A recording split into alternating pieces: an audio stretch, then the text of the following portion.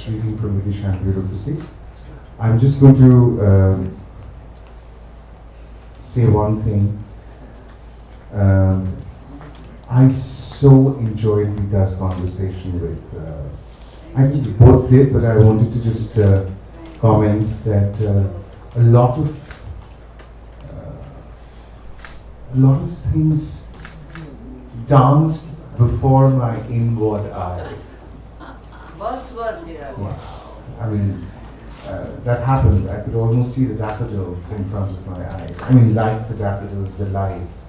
And this evening has particularly been very interesting for me and also very insightful because I've never lived the lives of Apurva and Bidisha. And when Jawhar began this evening talking about the lives in particular, and now the moment of convergence has arrived after your insightful conversation with her, I almost have traveled a life of Bidisha. Thank you. And it gives me immense pleasure to be in room with actually maestros. I mean, it's very, that's a very tall word for a small artist like me, but with Sudarshan, Arnab, Anubhav Pal, Jawhar and so many others in the room, and Rita herself, it is, and trust me, after, it's been a very bad 2 years, and for a performing artist, Boshali, the Chatterjee doctor, I mean, people like hers will understand this. There's nothing, and the word is exile for a performing artist. So, thank you for bringing us for this convergence. Sorry, I had to butt in to talk about it. Thank you. Thank you, Sujoy, for that note. You echo my thoughts. And he's so right from Jawhar. The note has been personal and from the heart. And that's where we are right now. It's a very personal journey. And I have chosen some very hard-hitting ones. And she's been kind to let me choose them. Thank you for even letting me read them. Thank It is you. an honor. It is an honor. It's my Thank you, honor Raman. entirely. Bidisha and Bureaucracy. And I love the cover. So Sunita Paul and the publishing house, many congratulations. And congratulations to the whole audience, curator, everyone here. Chapter 1, Allahabad. Spring. Sweet spring. And the engagement was off. Perfidy, calumny, slander, stigma, and worse. Little did I know that this was the beginning of a saga that encompassed new horizons, unknown shores, glittering hilltops, barren deserts, cobblestone pathways, posh promenades, and urban charisma. The young girl from the lineage of the genteel poor had broken free of human bondage, shackles of tradition, to pave the way not just for freedom, but emancipation. A mysterious trajectory had been created by destiny, well before the unforeseen calamity had clouded her doorstep, setting the tone for confluence, inclusion, and internationalism. Bidisha had arrived, clad in innocence, wonder, and bewilderment. And those are the qualities we love about you even now.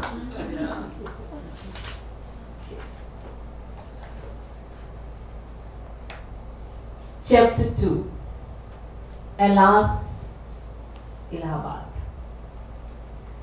In a cow slips bell. The year was 1979, the month August. Bidisha had come of age at 19. I was tall, dusky, long-haired and doe-eyed. Many considered me beautiful, but I remained unperturbed. My upbringing ensured an abundance of confidence and a sense of self, but my joie de vivre was God-gifted. On the verge of graduation, I sang, danced, painted, spoke terrible French, but perfect Bengali and English. The apple of Daddy's eye, I was entirely the product of a careful nurture and die-hard values. I prayed, I studied, swam, cycled around the massive grounds and played tennis with Shambhu's grandson on our private courts. The property had run to seed, but still boasted of orchards and overgrown tennis courts. I spent many an afternoon munching guavas and thinking life was perfect. But for the planned interventions of my accomplished mother, I would have ended up the quintessential, unsuitable girl.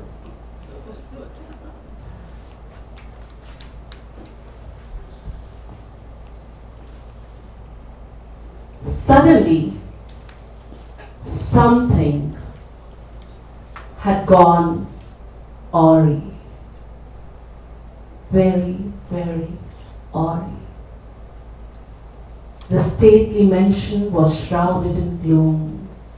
Meal times lacking the effortless banter, awkward silences whenever I chanced upon animated conversations, and oh, the infinite sadness in my parents' eyes.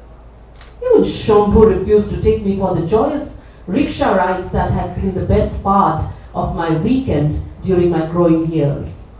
Slowly I withdrew. I withdrew within myself, unknowingly conscious, unknowingly cautious, unwittingly careful, wondering where, down the sun-dappled clearings of my carefree life, did the laughter die? What had happened to incur such pain? What ramifications had caused this paradigm shift in atmosphere? And most significantly, was it my fault? It was upon one such sad and endless dusk, while strolling on the rooftop and chewing upon a blade of grass, that confusion got the better of me, and the deluge of tears started. Once they did, they were unstoppable. Dadi found me sitting on the parapet, large eyes, luminous with tears, the front of my kameez tear-drenched. In an hitherto unprecedented gesture, Dadi slapped me hard, a stinging slap on my left cheek that was later to reveal itself in a flaming bruise. Stunned, I looked up to see Dadi's eyes glittering with a flicker of a smouldering fire, reminiscent of chilled winter nights and the fireplace in the drawing room. She held me in a fierce clasp and in strident tones declared, as if speaking to an audience, "You will not settle.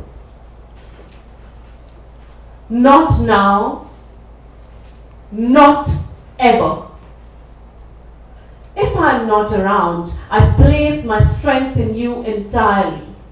Tonight, you will have this strength. Use it. Avail of it. But never settle."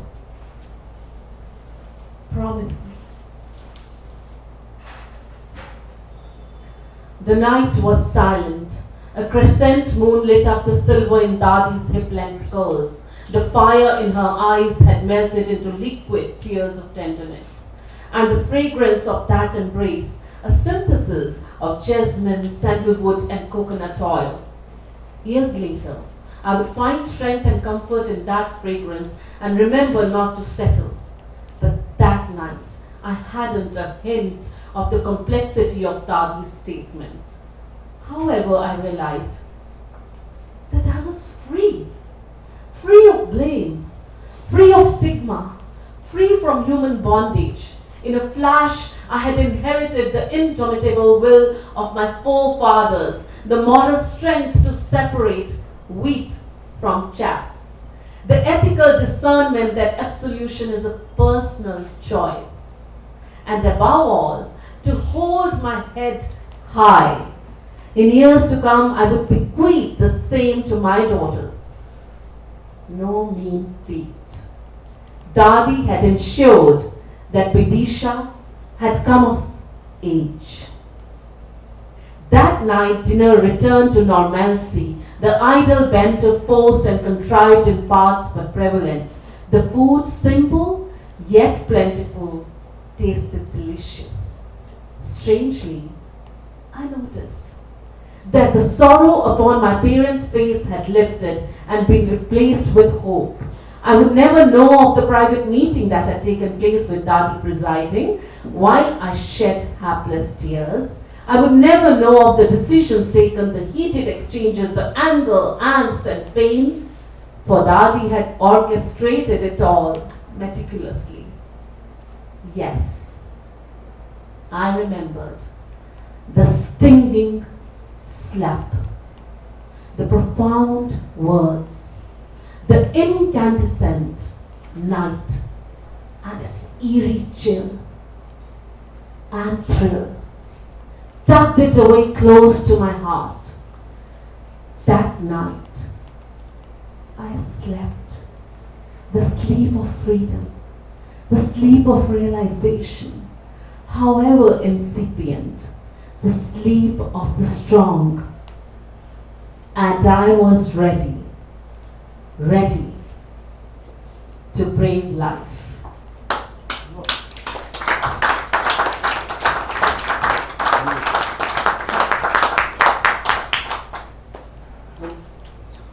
Oh, thank you, Ramanjit. Thank you. It's absolutely mesmerizing. Well, we come up to the last bit, the section 3 of this book, which I'm going to, as I say, top it up for a good drink, which you will all be having after this session.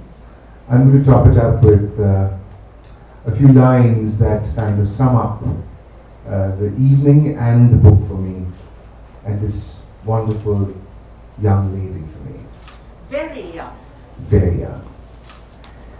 Bidisha of the once upon a time returned to a fount of miracles years later, and old lady to express her gratitude.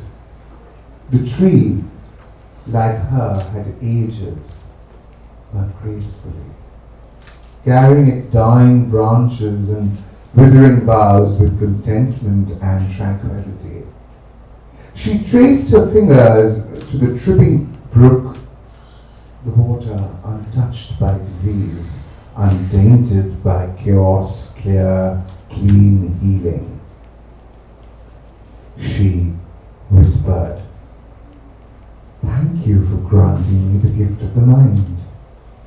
Without it, I am nothing. I am the sum of my parts.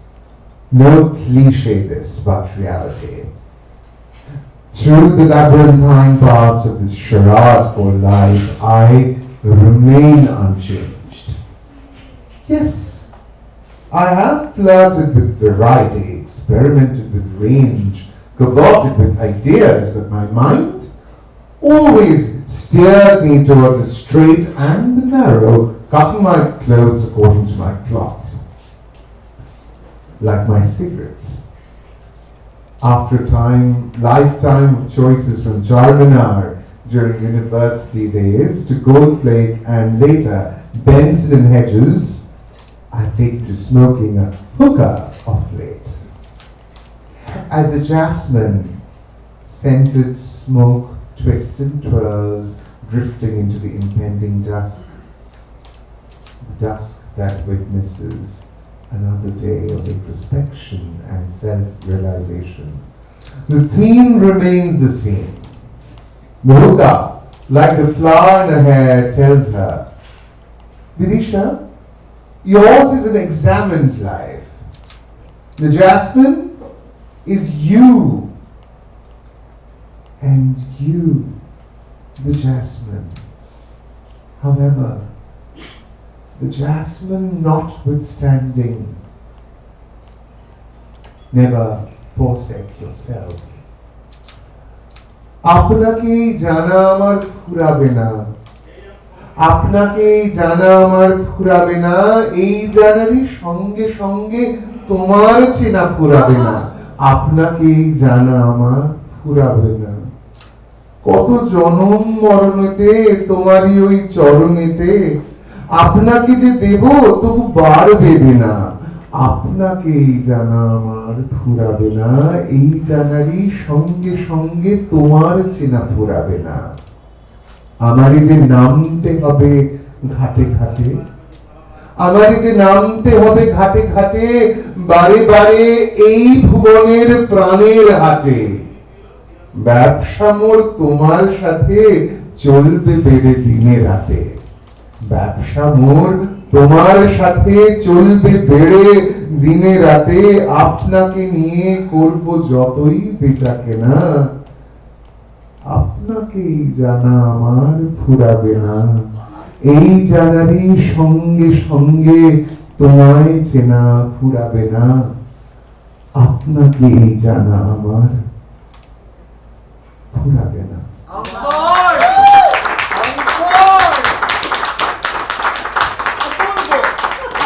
Apurvo. Well said, Raman. So beautiful. Thank you so much, ladies and gentlemen. Thank you so much.